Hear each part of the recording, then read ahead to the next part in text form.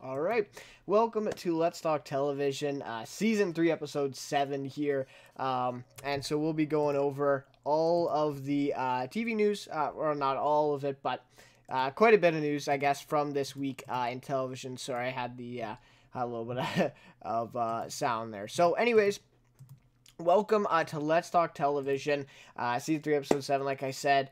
So we got a lot of stuff to cover this week. Some stuff that I'm not too knowledgeable on, to be honest. Some Game of Thrones stuff, BoJack Horseman, kind of the highlights of today. But first, our spotlight today is going to be talking about Divorce on HBO. And I'm a pretty big fan of the show. I've been watching the last couple seasons of it. And great to hear the news for it being renewed for a third season. So that'll be our spotlight today. And then also in the description, as I do every episode of Let's Talk Television, I'll put all the news that we're going to be talking about in there before the episode airs. And then, you guys know what I'm going to be talking about. And hopefully we can, discuss, share your thoughts as well. So anyways, anytime throughout the episode, if you want to go in the live chat, if you're watching live, leave your comments, thoughts, questions, to what we're talking about, or just other stuff too. It could be anything.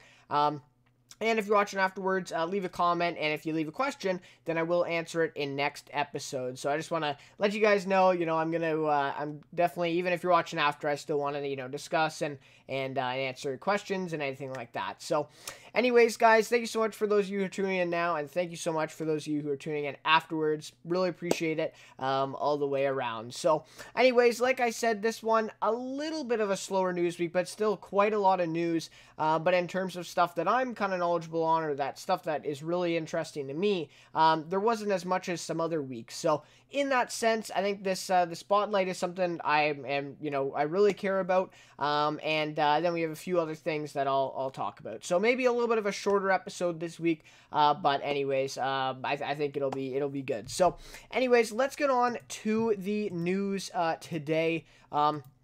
And let's jump right into the spotlight for this week on Let's Talk Television. So, Divorce renewed for third season at HBO, and this one is the article I'm coming from here is Variety.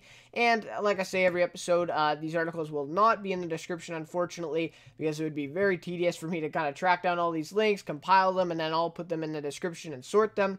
And so for that reason, I'm leaving it up to you guys if you want to read more about these, because of course I'm not, reading the whole article here. And a lot of these articles, especially today, are pretty long ones, and they have some other interesting stuff that I'm not going to touch on. So if you're interested in that, I'm leaving it up to you guys. You can go on there, kind of search them up, and that's also why I give a source, so that it makes it a little bit easier if you want to find this exact article. So anyways, I found this one on Variety very, very helpful, and kind of gave some more details of it too. So you know what, just recently this week, I think it was maybe Wednesday night, I was thinking about Divorce, right? Divorce on HBO, and the series, and so I've watched season 1 when it was on HBO, and season 2, both, as it was airing, and you know what, it was one of the first comedies I checked out. I'm not a huge comedy guy, and on the channel it kind of reflects that I don't review a lot of comedic stuff.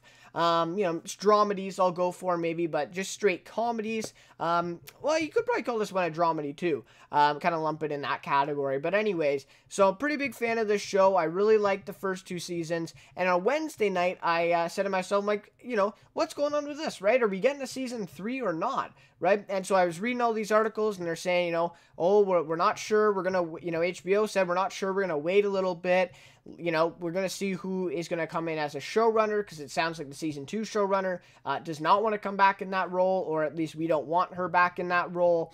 And so a lot of stuff was going on behind the scenes. But then yesterday, this article and this news came out about Divorce getting renewed. So it was kind of funny the way it worked out for me, but I'm really happy nevertheless. So Anyways, here we go. HBO has renewed the comedy series Divorce for a third season. Production on the third season will begin in early 2019, and this is kind of interesting because I think typically the seasons have been coming out early in the year. So maybe this one will actually be coming out in the fall of next year. So that'll be a little bit of a different runtime for the show. The new installment of the series will consist of 6 episodes, another big portion of this as well. Season 1 was 10 episodes, and Season 2 had 8. So, you know, slowly going down in episodes here. In addition, Liz Tucillo, I think it's Tucillo, will join the series as the new showrunner and executive producer, taking over for Jenny Bix. Though Bix will be a writer and executive producer on Season 3, so she's still with the show, it's just she's kind of stepping down from that showrunner responsibility. Tucillo is now the 3rd showrunner on the series, with Paul Simms having served as showrunner on Season 1. And this series is described as the story of a very, very long divorce. It stars Sarah Jessica Parker and Thomas Hayden Church as Francis and Robert, the couple at the center of the titular separation. So, anyways, I just thought I'd include a little bit of a backstory for the series for those of you who may not have seen it. So, anyways, I really suggest this. I checked out mainly for Thomas Hayden Church because I really loved him in the movies he's done, and I thought it was really great to see him on this show. And honestly, Season 1, like, there are some moments there where you'll just be dying of laughter with Thomas Hayden Church, and Sarah Jessica Parker is very funny in her own right as well. So, anyways, and the two bounce off so well with each other here in this series, and that's maybe the best part of this series, is the chemistry on screen between these two actors. And yeah, so I really like Thomas Hayden Church, but because of this, I never saw Sex in the City or anything like that, but because of this, I'm kind of a fan of Sarah Jessica Parker now as well. So, yeah, a really, really great series. I can't talk, good enough about it, but, or talk enough good about it. So, anyways, very interesting stuff, though. So, they get a new showrunner for Season 3, right? And then they also get a reduced episode count where they're only going to have 6 episodes. So, interesting stuff, right? Season 1 had 10, Season 2 had 8, and now Season 3 has 6. So, there's no place to go down from there, really. You know what I mean? So, anyways, I think Season 1 had, I would argue, maybe too many episodes. I think that's a fair argument. I think towards the end there, I think the first few episodes were very powerful, they were very strong. They were very funny, very well done. But when it got to the end of Season 1 there, I just felt like it was kind of a little bit too drawn out, right? And so maybe that is why then Season 2 went to 8 episodes, and I felt like the pacing was a little bit better in Season 2. They kind of slowed it down a little bit, but it didn't feel dragged out as did Season 1. So I think maybe Season 3 having 6 will be, too short, or it could be even the best of all the 3 seasons in terms of pacing. So we'll have to see what they decide to do, right? It all lies within the stories they want to tell, and if they can tell those within that time frame. So, anyways, we'll have to see. I gotta search up a little bit of stuff on Liz Tucillo, who's gonna be the new showrunner. I don't know much about her, and so we'll have to see what kind of her background is and what she's planning on bringing to the show. So, anyways, of course, there's a lot of stuff with Paul Simms on the Season 1 front where Sarah Jessica Parker and him did not see eye to eye, which is a huge problem if your star of the show does not see eye to eye with the showrunner. You'd think that's a pretty big problem, right? So I think in Season 1 they had a lot of stuff with that, and I think a lot of people say, that they kind of saw that within the episodes. I think that he was kind of favoring Thomas Hayden Church's character over hers, instead of giving them equal time, something like that. And so, anyways, long story short, she wasn't a huge fan of him, and maybe it was vice versa. And so it was kind of the betterment of the show to get this new Season 2 showrunner, Jenny Bix. So, anyways, she'll be stepping down for this one, but of course she'll still be attached to the show. So, anyways, we'll have to see at the end of Season 2 here we left off. If you've seen the show, I guess I'm kind of getting into spoilers, but anyways, we left off on Thomas Hayden Church's character, Robert, getting kind of into a new relationship without Sarah Jessica Parker. So anyways, I really like this show. I think it's a real fun show. It's really funny at times, but also at times it gets pretty serious too. And so I think they do a good job of balancing the drama and comedy. I don't think it's referred to as a dramedy, but that's what I would say, because like I said, there are some, very serious portions, but especially when you get into the, situation with the kids and that whole storyline they've been, pushing on, I think that kind of makes it a little bit more serious, in terms of that. So anyways, I think it's an awesome series. I think that they're 30-minute episodes, and so it wouldn't take you long if you want to catch up. You have a little bit of time. I'm thinking season 3 will now probably be in the fall of 2019. What's going to be interesting though is how season 3 is received, and also how HBO decides to handle it, because now it's already, so I think the season 2 was in January already, or February, so it's been a long time. It's been about 8 months since, they've looked at, or like 10 months since they've kind of, even looked at divorce and decided to renew it. So we'll have to see where this series goes from here, but I just hope that season 3, they don't leave it on like a big cliffhanger, if they already are kind of knowledgeable that this show may be over after season 3, which I think it might be.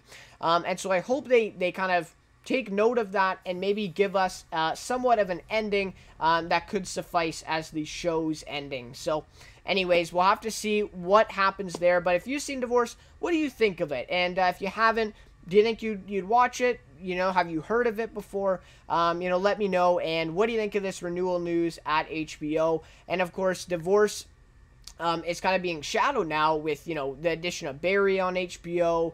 A lot of other good comedies on HBO right now. And so that's another thing, right? Divorce has kind of been in the shadows now because of all these new shows. And that's another reason why I don't think we're going to see another season. But I'm happy that we're getting at least one more, that we can kind of explore this divorce a little bit longer. So anyways, guys, that'll just do it for the spotlight of this week's episode. Again, let me know what your thoughts are of that one. And let me know, if you watched the show, which season did you like better? I still think season 1 was a little bit stronger, but I think season 2 was great as well. Alright, so let's move on to the next topic of news.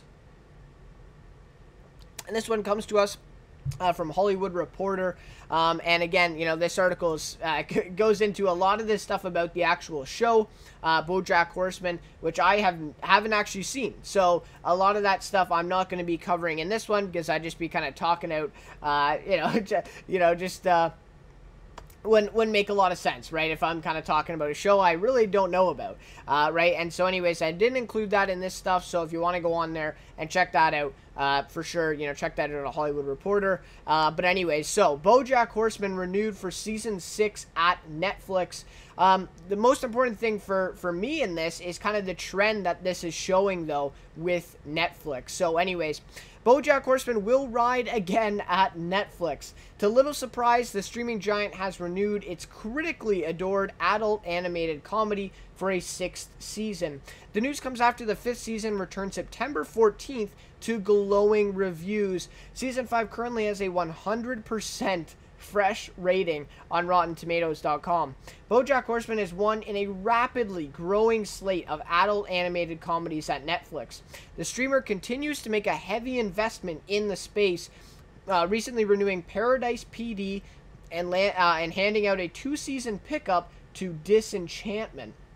So I haven't heard of either of those shows, but again, that just goes back to my lack of interest in these type of shows. But anyways, so again, a lot more in the article to kind of talk about and kind of unpack there. But just on the surface here with this renewal, great news, right? I think a lot of people will be happy with this one. And like it says, it was to little surprise, right? A show that's doing this well for Netflix, season after season, especially after season 5, has just been doing so well.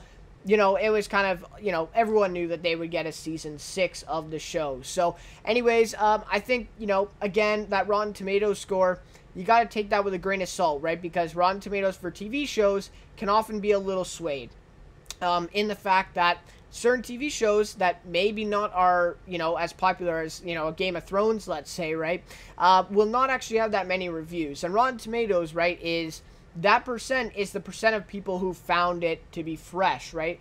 To found it to be good. So if you have 5 reviews and you got all 5 critics who like this type of genre and they check out the show and they think it's awesome, they rate it, well, yeah, then you're going to get a 100% rating. So anyways, I just want to point that out, but that's not taken away about from how good it is. Right, I'm not trying to do that. But anyways, really great news for BoJack Horseman fans. And I really like Aaron Paul. And Will Arnett is also very funny. And so the 2 stars of this one, I don't know. I'm not a huge animated guy. That's just not kind of my forte. I like watching people and live shows. So anyways, that's just me, but I could see myself maybe getting into something like this in the future. Maybe I kind of become a little bit more open to that, open to animated shows, and kind of watch that.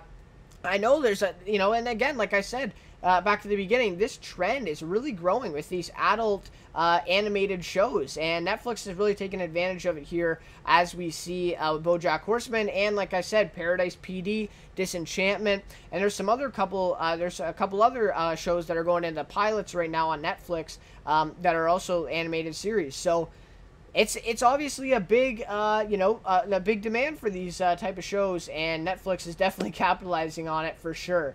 And I think I talked about this way back, maybe a month ago on Let's Talk Television, about how Netflix was prioritizing animated, sci-fi, and all this stuff. So, and anime was one of those huge priorities for them. So, you can see it right here, right? And I think BoJack Horseman may have been the start of that for Netflix, or at least one of the starting points for Netflix for these animated shows, and they're not giving up on it. That is for sure. So, anyways, let me know if you watch BoJack Horseman. What do you think of it, and what do you think of this news for season 6? What do you think you could see in season 6 happening, and what do you think of season 5? Anyways, it's only been out about a month and a half, but I assume everybody watched it probably on the night it came out. But anyways, it is what it is. So let me know what you think of that one.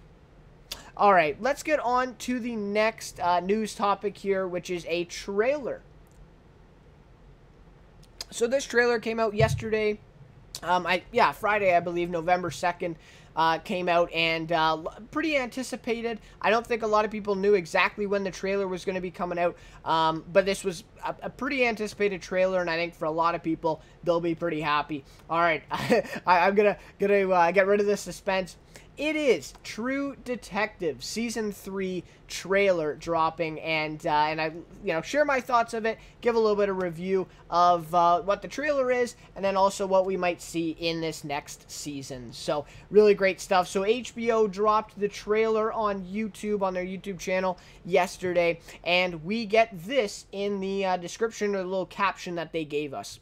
True Detective returns January 13th, 2019 on HBO. The 3rd season sees detectives investigating a grisly crime involving 2 missing children in the heart of the Ozarks. It stars Mahershala Ali. I knew I was going to get that wrong, but Mahershala Ali, Stephen Dorff, and Carmen Yogo. And so I always get his name wrong. Oh my god. I'm pretty sure everyone pretty much does. But anyways, I knew him from the 4400, actually. That's the first time I ever saw Mahershala Ali in anything. So anyways, that was kind of funny. And he was amazing in that. Like, really stole the show in the 4400. But anyways, so really great stuff here. We got a premiere date, January 13th on HBO. I don't remember when season 2 came out, so I'm not sure if it's been a year or maybe a little bit more than that for this one, so that's interesting. And another aspect is Ozarks. We know there's already a pretty popular show, pretty well-known show right now on Netflix named Ozark that explores that whole world in the Ozarks, but of course in modern time. This one is, going back a little bit. So, anyways, 3 kind of interesting aspects and newsworthy stuff there just at the offset. So, now I'll share some of my thoughts on the trailer for this Season 3 of True Detective. I thought it was a great song for the trailer. The music behind the scenes on the screen was really great. I believe it was one song, and it was actually very good. At the very beginning, it's kind of upbeat, and then it goes, into a little bit of stuff about, the time differences and the time periods changing, and then we see Mahershala Ali. looks a lot older suddenly in one scene than he does in the rest. And of course, the music kind of drops for that. So they do a really good job of that. The sound really getting you, that eerie sound as well when he's kind of in the dark, in that scene, of course. So that was really great. And I thought it showed us some really great things, and it did a very good job of balancing the showing us too much and showing us too little. I thought they kind of were right in the middle of those two, showing us kind of just enough to kind of get an idea of what it's going to be, and also get us kind of interested and get us hooked on to this new season. So anyways, I really didn't think they gave too much away at all. Maybe a little bit away with the kind of sudden change with Mahershala Ali looking very much, older, right? And kind of spoiling that they're going to be exploring a little bit of different time periods and kind of playing with the time aspect of the story, of the mystery.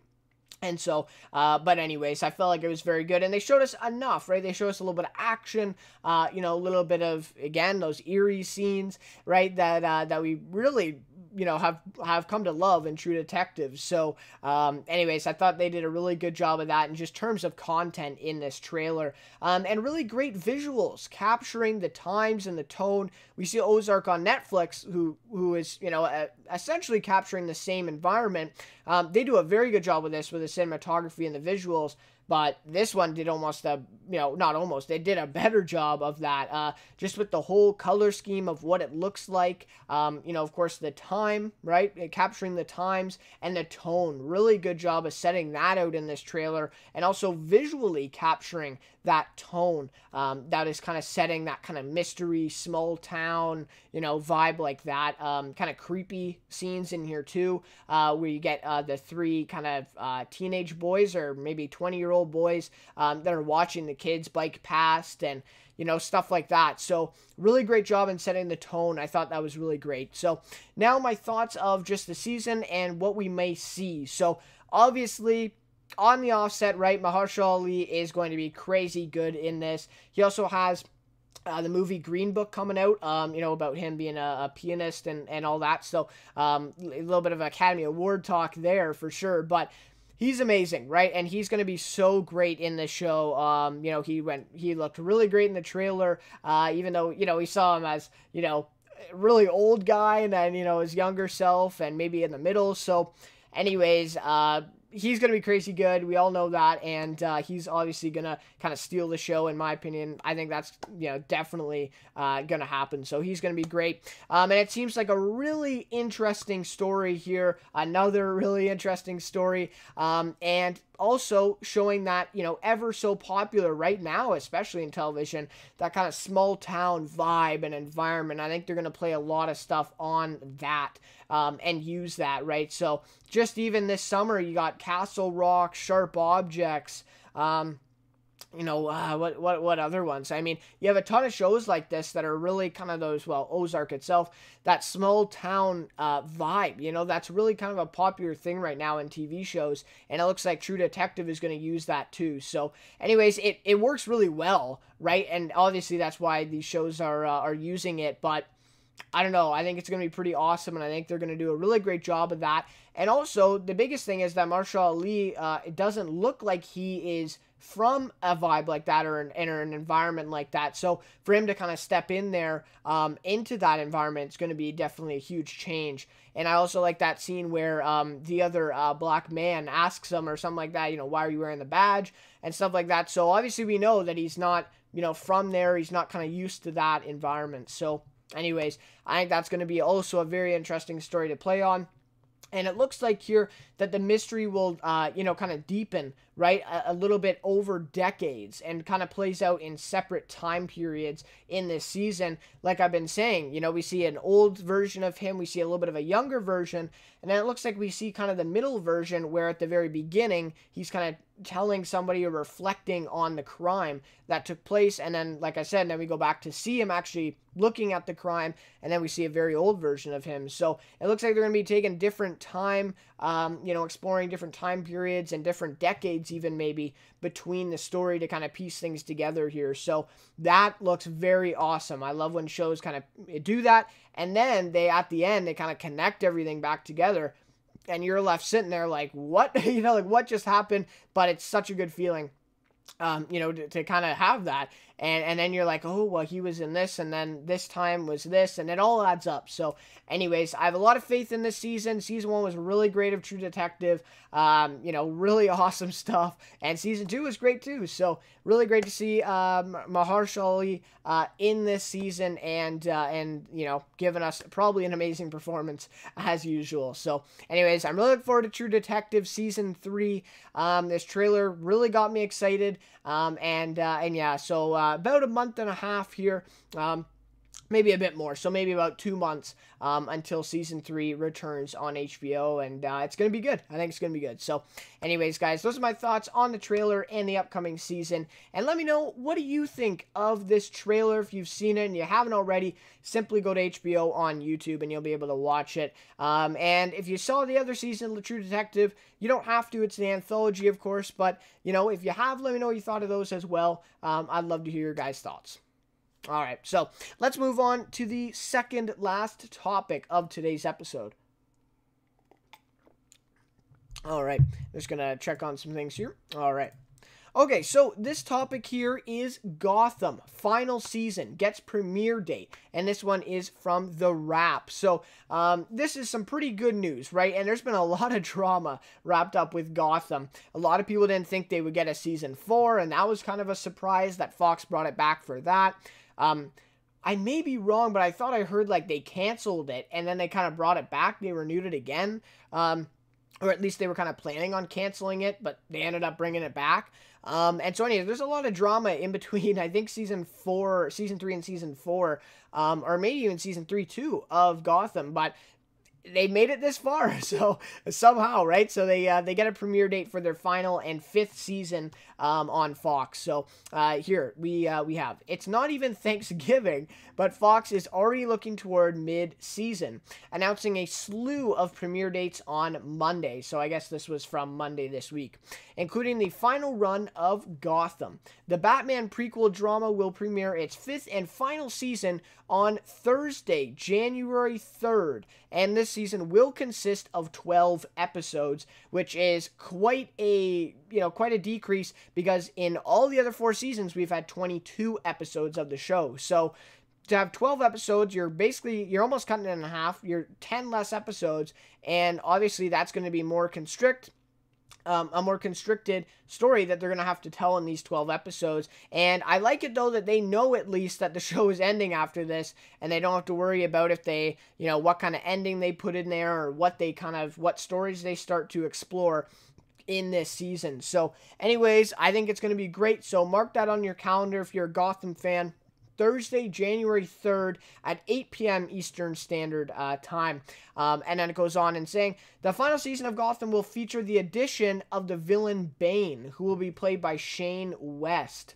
And then Gotham's premiere will lead into the time period premiere of Seth MacFarlane's comedy, The Orville, and that will be, of course, at 9 p.m. So, interesting stuff there, too. Fox very, obviously they like season 1 of The Orville. Believe gave it a full season order, and it did really well for Fox, I think. So anyways, really great stuff there with the Orville, and we'll have to see how that shapes up for Gotham then, if they will stay on Thursday before the Orville, and maybe that will give Fox a little bit of an upped ratings for the Orville as well, and maybe even for Gotham. So anyways, we'll have to see what happens, but sounding really good here. Of course, less episodes, but it does, at least we're getting it, right? Maybe back before season 4, some people didn't even think that we might get a season 4. And so to make it this far is pretty good. And I think it's going to be great. So January 3rd is the premiere date there on Fox, and interesting that it'll be on a Thursday. I guess that's not a bad day, right? Thursday, anywhere from Monday to Thursday is usually, and Sunday, I guess, is pretty, pretty good spot. Fridays, Saturdays don't tend to do that well. A lot of networks you'll see put their kind of lower shows on there, that they may be, eventually canceling. But, anyways, I think Last Man Standing is on a Friday right now on Fox. So anyways, maybe that tells you something about the future of that show, but I haven't really been following that much. But anyways, just discussing about Fox, that's something to look into as well. So anyways, guys, let me know what you think of Gotham, and what do you think of this news? The final season coming out January 3rd on Fox, and will you be watching? What are you expecting in this season? And of course, they say the addition of the villain Bane, so that'll be an interesting introduction. I wonder if he'll be introduced in episode 1, or that will be a storyline that kind of goes along with the season. So again, we'll have to see, and very anticipated for a lot of Gotham fans out there, the final season. So anyways, guys, let me know what you think of that news down in the comments or in the chat. All right. So now on to the last topic of today's episode, and we're talking Game of Thrones prequel. And of course, internet's kind of going crazy about these prequels right now, right? This is huge news for a lot of Game of Thrones fans, because as we know, Game of Thrones final season is airing this around 2019, and so people are like, you know, can't be the end of Game of Thrones world, right? We got to get prequels, and it actually looks like they're delivering on that that promise. So anyways, here we have Game of Thrones prequel casts lead roles, and this was from comicbook.com. I can't praise comicbook.com enough. I really like them as a news source, and also they do some really good breakdowns of episodes of shows and like just stories of shows and characters and stuff. So, well, especially for Walking Dead, that's kind of where I go to them for. But anyways, I really suggest, if you haven't kind of checked out comicbook.com or kind of heard of what they do, I really suggest it. They are a really good source. So anyways, this one follows. HBO's Game of Thrones prequel has now found its male lead in Josh Whitehouse. The Game of Thrones prequel, now believed to be titled The Long Night, yesterday also announced that Naomi Watts will play the show's female lead. Whitehouse has starred in Northern Soul and The Happy Worker, and he's currently appearing on the BBC series Poldark. Have to say, I haven't heard of Josh Whitehouse, and I haven't heard of any of those three. I think, obviously, he's a British actor. That might be why. But anyways, I haven't heard of him. Of course, I've heard of Naomi Watts. So anyway, so no details about Whitehouse's character or storyline were revealed. And that's, you know, it's kind of obvious, right? Because it's just going to be a pilot, and they don't want to give too much away. The Long Night is expected to take place some 8,000 years before the events of Game of Thrones, during the period of the Westeros history known as the Age of Heroes. The title suggests that it will tell the tale of the first coming of the White Walkers when the world was cast into darkness for years. The Long Night is one of multiple Game of Thrones spin-off projects in development. George R.R. Martin confirmed that some are in active development and suggested that one may have to do with the history of House Targaryen. I don't watch Game of Thrones, if you couldn't tell. Game of Thrones returns for its final season on HBO in 2019. So, and that's, you know, we all knew that. So, anyways, like I said, I'm not a huge, well, I maybe, could be a huge fan of Game of Thrones, but I just haven't watched it. I watched a little bit of season 1. I think I got through season 1, in fact. And then after that, I just kind of lost interest and never was able to finish it. And now it's like 7 seasons that I have to catch up on. And I don't know. I mean, I've done some binging before, but I don't think anyone can really binge 7 seasons or something like that. But anyways, I really recognize the show, and I hear a lot of buzz about it. You know, even though I don't watch the show, I hear of, you know, every time a character dies or something like that, it's huge, right? Because of the fandom that this show has developed. So, anyways, really great stuff to hear about these spin-offs. And also, Naomi Watts will be in this new spin-off series. That is awesome. I mean, you know, she's a really, really good actress.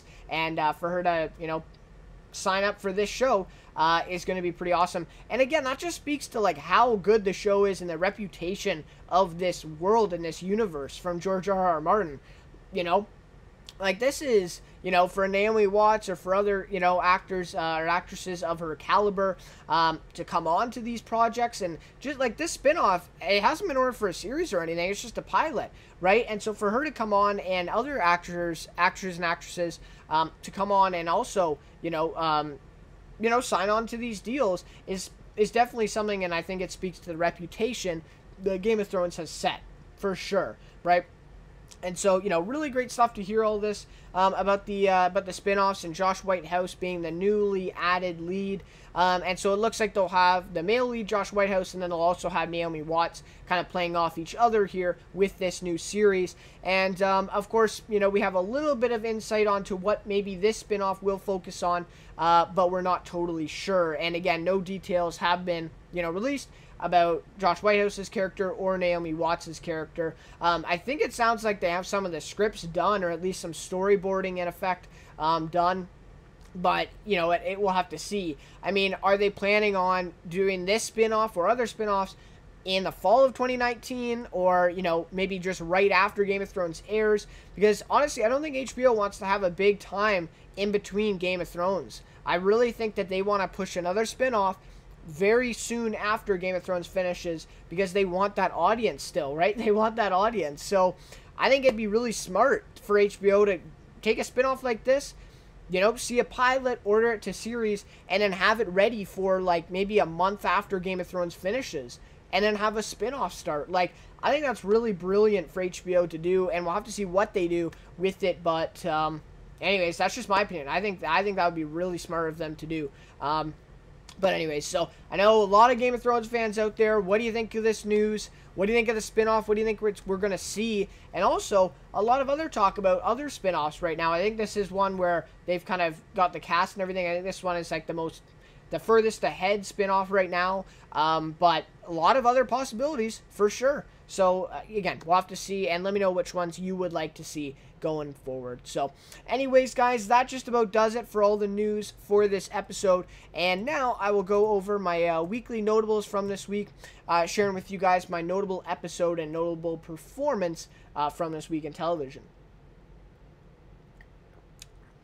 All right, so this week was a little bit of a busy week. I saw a few episodes of shows. I think I saw 4 or 5 episodes of current shows. No, I think 4. Yeah, I think 4.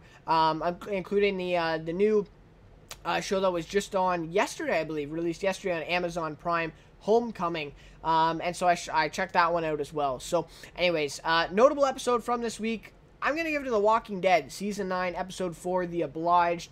To be honest, I wasn't a huge fan of the episode, but I thought the ending really made up for kind of the beginning parts of it that were very slow.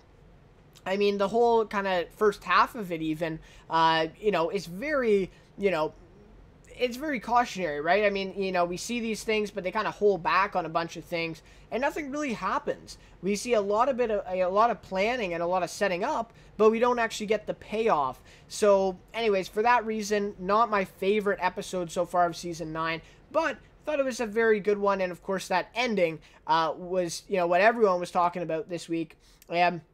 I cannot wait for next episode, which is tomorrow night, for The Walking Dead, Rick's final episode in the show, and it's gonna be awesome. It's gonna be sad. I think it's gonna be crazy, man. It's gonna be an emotional roller coaster ride for that episode. So, anyways, gotta give my notable episode to episode 4 of The Walking Dead Season 9.